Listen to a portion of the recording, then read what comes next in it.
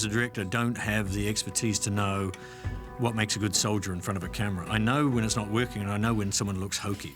What you try and do in your extras, you try and cast guys who've done this before or who are ex-military. And there's a lot of guys like that around. Whatever irreality you have, whatever fiction must have a very strong base in reality. And in this movie, that's the case. The character and the equipment and the events are pretty logical. 50 Apple Alpha, take 2, 8 camera mark. There are two sides of it. One is the technology, the gadgets, the equipment. The other side of it is the culture, the military culture, the way people actually react to one another. And I worked with the writer early on to provide a little background in both areas. Dave Kennedy was invaluable to the process, and I don't think I could have written this movie if I hadn't have gone to the places he took us. Both logistically in terms of, I don't know, types of guns and battleships and tanks and what it looks like inside of a tank, and emotionally in terms of I don't know what it looks like inside those lives. To me, it was really important because I'm not a Special Forces soldier, because I don't know what would compel someone to want to join the Army. I really don't. I needed to get behind the eyes of those people. And Dave got me in the room with those guys so I could talk to them. And so I could ask them really pointed, really specific questions. If you ever saw Lee Marvin in a movie, we still go on and on about this, but these guys, Bronson, Marvin, all these guys, you know, anybody that went to war and fought anywhere in any campaign knew how to hold a rifle, knew how to walk, knew how to move, knew how to look in through a doorway, and knew how to clear a room. Actors don't know how to do that, and nor do extras. So you've got to be very, very careful with it. You can have a lot of military advisors around, but in a lot of ways you've got to trust your own instincts. But more than anything, you've got to really watch your actors to make sure they don't look foolish. We believe that the actors should have had a common real gun, real shooting experience as opposed to a prop gun firing blanks experience on stage. So we set up at the LA County Sheriff's Range a shooting school where all of the principals got a chance to shoot every weapon that they would have shot on the day.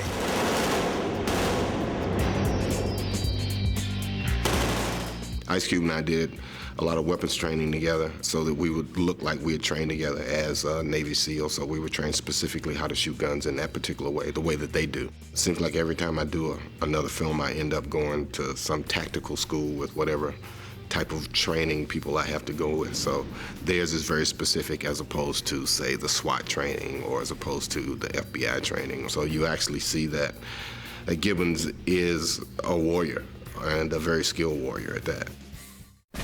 The director came up and asked me to run the military ceremony, which is the burial of the Samuel Jackson character. And I organized it and ran a burial detail just as I would a burial detail for a comrade of my own. One thing that the military does better than any organization in the world is to say goodbye to people. So we handled that ceremony with the same kind of dignity, precision that we would a real burial ceremony. And many of the principals in that scene were young Marines from Marine Corps Base Miramar who had participated in many such ceremonies within the last several months. So that may be just a small vignette in the movie, but that's the kind of attention to detail that I think that we try to apply to every scene. Typically, if we see a character that's to play a naval special warfare guy, a SEAL guy, or play an individual that normally would, or one would expect to be in top physical shape, we do spend a lot of time prior to production in getting them physically looking correct. But that's only part of the formula. The majority of the formula consists of the body language, the attitude of the individual. Is he boisterous? Does he have silent pride? The mark of the professional is the one that has silent pride, so he doesn't scream or yell about his conquest of the past. You know, you would never know who he is, and you shouldn't know who he is because, by definition, he's a stealth actor. Ice Cube's character is not only a SEAL, not only a warrior, but he is also an officer. He has a great deal of responsibility to the men that he works for. It's paradoxical. You think an officer gives the orders and the men follow them. It's the opposite. In the military, the officers work for the enlisted people. They have a trust that is bestowed in them by their authority. So Cube's got to understand that. And in fact, the incident that is the cause of his downfall as a character in the movie is caused by his extreme loyalty to his men. That's the nobility and the honor of being a military person, is not the brashness and it's not the bravado, but it's that loyalty to the individuals that you work for and work with.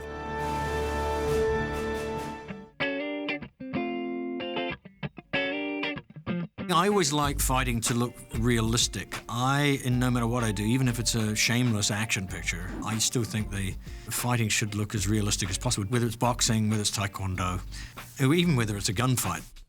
I guess our biggest concern is keeping everyone safe, but pushing the envelope to the next level to be able to get the audience to believe that it's cutting edge, because the audiences today are more sophisticated. They want bigger and better, and that is essentially our biggest challenge. When we read the script, and in our mind we have our idea of what the character is like. We start to break down the fighting style, his strengths, his weaknesses. Then we collaborate with the stunt coordinator, along with the direction of Lee, how he wanted the characters. So there's a chain of command that we follow. What we tried to do with the fight scenes was we tried to create an exciting environment that's appealing to the eye, as well as try to stay technical to the military aspect of it. So in that respect, we took the harder aspect of the martial arts and applied that again with some of the techniques that they would have in the military.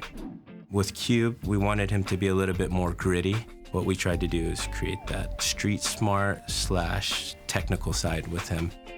He picked up very quickly. His first fight, he was in shackles. He had to fight without having to use his hands, so we utilized a lot of elbows, which Cube was really good at. His feet were also shackled, which led to a lot of limitations with the fight.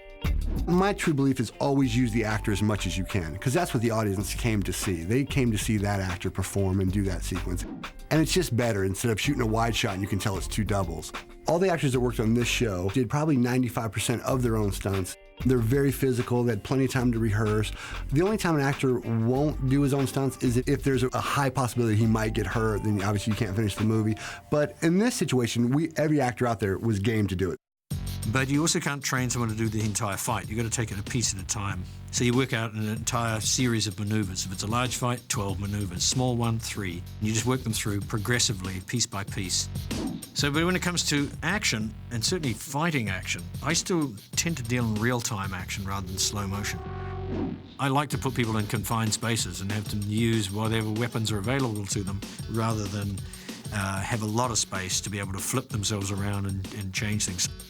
A lot of times you have a lot of room and you start choreographing in an area where you have plenty of room, and then you get into that area and it's like, okay, there's not much space here. How are we going to utilize the space? And in that process, Mike and myself went into the galley and actually started to walk through different scenarios of what would we do in this situation. 90% of everything we come up with is not in the script, but you don't really get any credit for that. So he'll have a loose outline like, hey, the guy enters here, leaves here, the gas line gets cut, and he dies. And you got to come up with everything else within that. If you watched the sequence and read the script, they wouldn't match. But that's where it becomes this collaboration, and you kind of just keep massaging it until Lee or R.A. goes, okay, you guys are on the right track, continue on that track.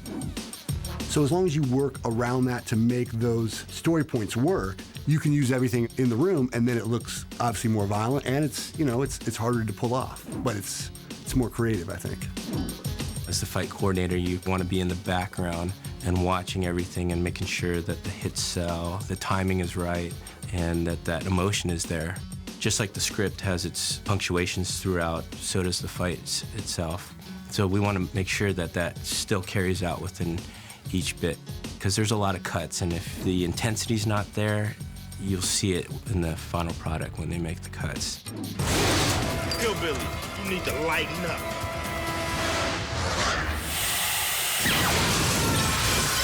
Look, everything's been done in the movie business. And so what we've got to do is we've got to find a way of doing it again, but putting our spin on it and making sure everybody kind of goes, wow, that's pretty cool. First, you get the director's input, his roadmap, his game plan, what he wants. And then what we do is we go in there and try to get as close as we can to exactly what he wants. Of course, there's going to be minor adjustments to his plan. And we go through it in baby steps. We set it up, we name each guy in his position, and everything's by the numbers, and then we start doing slow rehearsals. And then by the time we're up to speed, we're ready to shoot. 204, take one.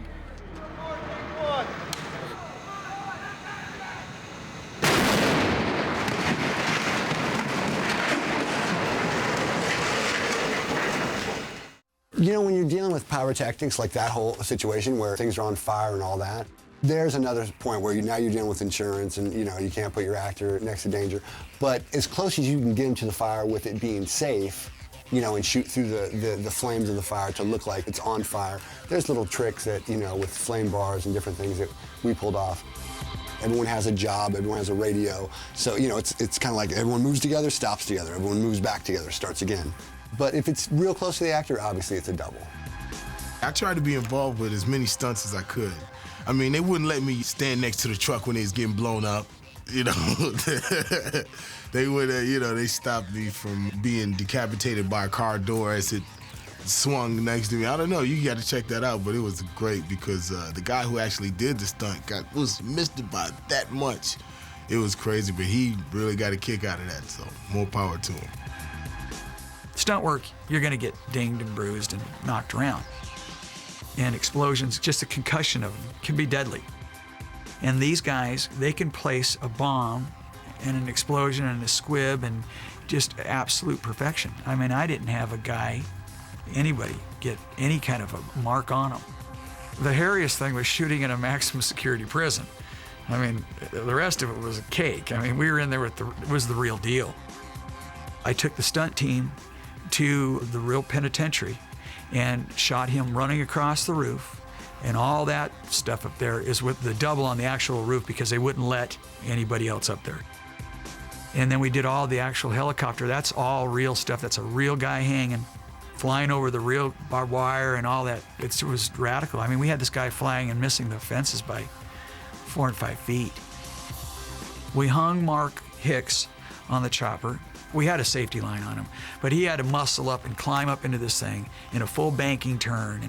It was just amazing. That's the kind of thing sometimes you got to just start shooting because, you know, if you start rehearsing with a guy hanging too long, it's just the odds and the numbers start running up. My worry about going into this was always I didn't want it to just be another generic hip-hop soundtrack. That may be the popular culture of the time, but it's going to date really fast. Once again, it's becoming a cliche to just throw every favorite hip-hop track of the day onto your movie and hope that you get a hit album out of it. I think that's a little cynical business model, but I just think that music should be more integrated into a movie. So we knew we were going to have to deal with composed score. And Marco Beltrami, my composer, who's the perfect guy for this because he's got a really modern, industrial type of sound. This score in particular is a wonderful example of a combination of orchestra and hip-hop, and it's conceptually very unusual. The score that I wanted to do was sort of bring more suspense element to it. Also, to me, the movie it's a little more tongue-in-cheek, and I thought it'd be fun to introduce sort of almost like a little bit of a 70s flair to it. And so I think thematically, I tried to lean a little bit in that direction. I did come up against a roadblock of my own making. If you're going to put pop culture figures like Ice Cube and Exhibit in a movie, and you're going to set it in Washington, D.C., an East Coast urban enclave, very, very black enclave, you can't avoid dealing with what is the subculture of black music at the moment. Whatever it is, hip-hop, rap, its fusions are at the moment. You can't just suddenly shamelessly stick white rock and roll in there. It's just not going to work properly. 8 to 9, here we go. Everybody at 9. So we decided to run with a more traditional course of composed music, really to hype up the action. You know, one of the challenges in doing a movie is that, unlike just a temp score, is that you want it to have a cohesive sound to it. It has to work from beginning to end. Also, there's a continuity with the orchestration and little motives that you hear throughout the suspense stuff and throughout the action scenes. And so as the movie goes on, that you can tell that it's all part of one project. The sound, it's always the competition for music in many scenes, especially in big action movies such as this. As I work on these type of movies, I get more and more aware of having the sound work with the music as opposed to being something that you fight. In this case, the sound guys came, we sort of spotted some areas that were both big music and sound areas and talked about what they would be doing, what I would be doing. First of all, in the mix, we have to decide where the music carries and where the sound effects need to fall back and vice versa. But by the same token, there's places where you want the music and the sound effects to be playing equally at the same volume. And in that case, what we have to do is we have to cut the effects and design the effects in such a way that they themselves have a rhythm that are complementary to the music. In that scene with the boat, we went out and recorded the boat. It has twin 250 outboard motors, and we went out and actually rented that boat. It's a big, giant inflatable with these twin 250s. We recorded those engines doing all sorts of strange things. Then when we got it back in the studio, we did all sorts of equalization and pitching and things to the engine to make it seem more aggressive and mean, coupled with all sorts of really fast, sort of water slicing bow wash sounds. And then when Toby arrives on the bridge, there's a cop car come bearing down on him with the siren. You want to make sure you have a really cool siren with those blips, you know, boop, boop, you know, when a cop pulls you over. I wouldn't know, but, you know, that concept. The launch off the dredge, it has to sound believable, yet it has to sound exciting. So this boat hits this launch, you know, we use this deep metallic hit coupled with the engine just pegged to its highest RPM and then flying through the air, and you hear this huge whoosh as it's flying through the air, and it comes crashing down, skids across this bridge, which incidentally is a metal bridge, which is really cool because it's a metal grate, so you can justify the rubber, you know, and you use like a tire drag to go across metal to create this weird sound of it sliding across and then impacting, and you make that a very clean impact, and then everything's gone. You punch up every little thing that happens. Eventually, one of the cop cars that ignites from the impact, it launches over the side of the bridge and comes crashing down in flames into the water. You've had all this energy and all this crashing and bashing, and suddenly, total silence. He's in the truck. Mission accomplished. It's gotten quite complex. The technology has just expanded exponentially. But the great thing is the variations you can do, the type of complex mixes you can achieve. It's really a great thing in many ways. When you get into the final mix, it's almost like playing an instrument, really. It is really what it becomes. The console becomes my musical instrument. I've got all these flavors, and I can lean on one and push the other or fall back, all in, you know, sort of concert with what the music is doing, with what the dialogue is doing. If it's constant noise, the audience is just gonna peel back. But if it's moments of sound that build up to a peak and then fall down, you know, it's creating all those sort of peaks and valleys so that you take the audience on a ride.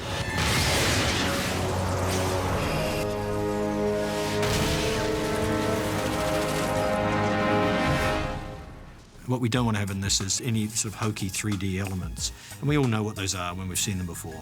It still has to be photorealistic, otherwise your suspension of disbelief just becomes less. The very first meeting I had with Lee and Arnie Schmidt, the producer, was basically hearing Lee talk about his concerns about the fact that we're going to try and do a photoreal looking movie. He never wanted it to look like, well, that's a visual effect, and there's some way of detecting. He wanted helicopters that looked like they had weight. He wanted the camera to look like it was always bound to some sort of a device that really exists. We had really only about 10 weeks to do this whole movie. It was really high-speed production to try and make all the shots basically look real. A large portion of our beginning work on the show is simply dedicated to collecting reference and studying reference and getting very familiar with what things would really look like. This is an example of a more old-fashioned shot. All that means really is that it's got a classic background plate that was shot by the director on location. That same background plate, which is now passed through our layout group, which is responsible for recreating the camera and then animating the vehicles in that plate. And you can see the bend in the rotor blades. And that came about through studying a lot of actual helicopters taking off and seeing what the blades did. And here you can see the final result. This is with interactive lighting that mimics exactly the lighting conditions on the set that day. We've put the Capitol building in the background and comped it all together with interactive dust and such blowing in the rotor wake, and that's the final result. and I took a look at the concept car, got familiar with the materials, what it looked like in different lighting conditions. We have a team that took a lot of pictures of it, and we modeled the car, matching exactly to the concept car that they had on location. And then we did some look development to get the materials to look just right and to interact appropriately in any given lighting situation. We actually did have several shots at the beginning of the car chase sequence that used the actual car on the set. And we didn't transition to the all CG car until some point after the car jumped onto the tracks and actually began chasing the train. So we did have some really good reference for what the car should look like as it's traveling at high rates of speed and in different environments. But it was also really challenging because that meant we couldn't get away with a whole lot. It had to look very photoreal. You know, the car was moving very slowly, of course. When it was moved into the back of the train, you can't really crash a car with an actor in it going 200 miles an hour. It's far too dangerous. So we did end up doing a lot of what we call repoing, repositioning of the elements to give it that sense of speed and to give it that momentum when it really crashed into the back. When you do a shoot, sometimes it doesn't go exactly the way you plan, or it doesn't come across as looking real. So that's the whole idea of special effects, to try to fill in the gaps where filmmaking on sets can't quite achieve what they want. So some of the shots, they can shoot the actors against what we call a green screen, and we can replace the green with any kind of background we want. But certain camera angles don't allow for that kind of photography. So in situations like that, if it's a really dangerous situation and they can't even afford to have a stunt double in there, then sometimes we'll augment that with a digital stunt double. So our job was to not only do the surrounding footage of the character making his way from the Cobra car to the train, but to also somehow make the Cobra car look like it crashes convincingly. So again, we used some three-dimensional computer simulations to achieve that destructive look to the Cobra car. So they construct the three-dimensional car for us, and then we take the car and end up cutting it into pieces, because our job is to make the car crash. We pre-score it, so to speak, which means we cut it in all the pieces we think it should fall apart as the simulation progresses. And then we connect everything all back together again with dynamic constraints that hold the car together long enough for it to tumble and spin, and then we start releasing some of the constraints as if the tape or glue is coming apart, and the car's pieces start tumbling off into different directions. So we mixed in a lot of real elements that we shot, and the right amount of blending between CG and live action always sort of pushes it more towards realistic looking images. That blend was sort of what we relied upon very heavily. The challenge here was that we had no plates. The only elements that were shot live were ice cubes, green screen elements. The rest was all synthetically, digitally created in the computer. Once he's jumped off, basically if you look at the green screen, it really is a man on the wire. There's wind and his angles are changing a little bit, almost like having a skydiver follow him down while he's jumping from a bridge that's almost a mile high. What we decided to do was take that, put the bridge, and then start moving the camera around and have it rushing down. So it looks like he's descending extremely fast.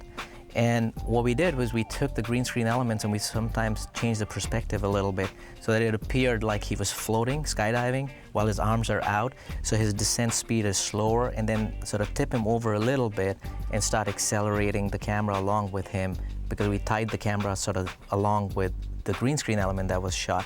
So basically you have a foreground element of the green screen. If the background is moving really fast relative to that, then it appears like you're falling at almost terminal velocity of 120 miles an hour. And that was something that Lee really loved, because he wasn't sure what to expect.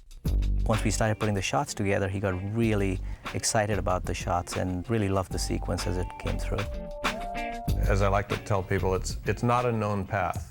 You kind of confront issues as you get into it, and you hope that you've built all the right things, that you can plug in fast enough, animate them fast enough, do the layout fast enough, and render it fast enough and composite it fast enough to complete it with the schedule that we had. Because our model shop here at ILM is so good in building very realistic looking miniatures, and so we sort of erred on the side of going with our past experience of other movies and actually building a 6-scale model. To be able to give the DP something to shoot and to know what he needed to shoot and how far the camera would be and what lenses to use, we mocked it up in the computer first. As the train exploded, we wanted the back end to go up and the front to sort of come towards camera and sort of burst apart. Then we went ahead and shot that, and that obviously had some limitations because it was so finely coordinated in terms of the amount of primer cord that actually gives you the explosion inside the miniature. All had to be timed so precisely.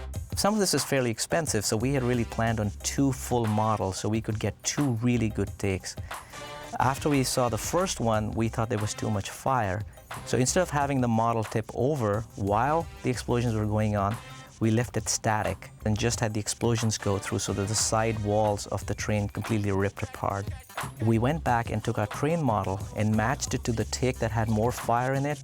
We mapped the exploding side, which is the second take, in the computer onto our CG model, and then went back into compositing and took these 2 radically different takes.